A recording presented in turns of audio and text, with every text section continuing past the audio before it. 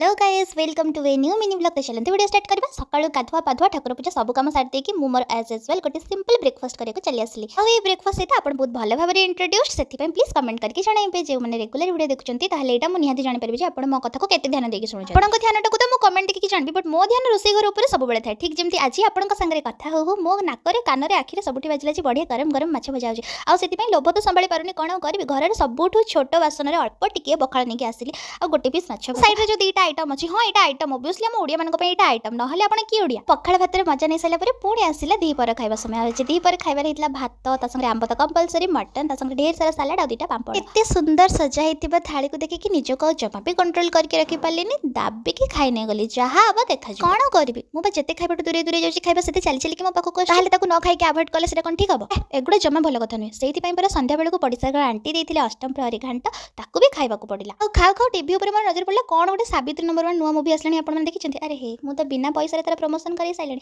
हो ठीक अछि जाई के देखंतु मु तो देखिली इच्छा नथली भी हसरी कि टिके खुशी हे जिबे। टाटा बाय बाय पुणी देखबा नेक्स्ट वीडियो लाइक करी कि जिबे।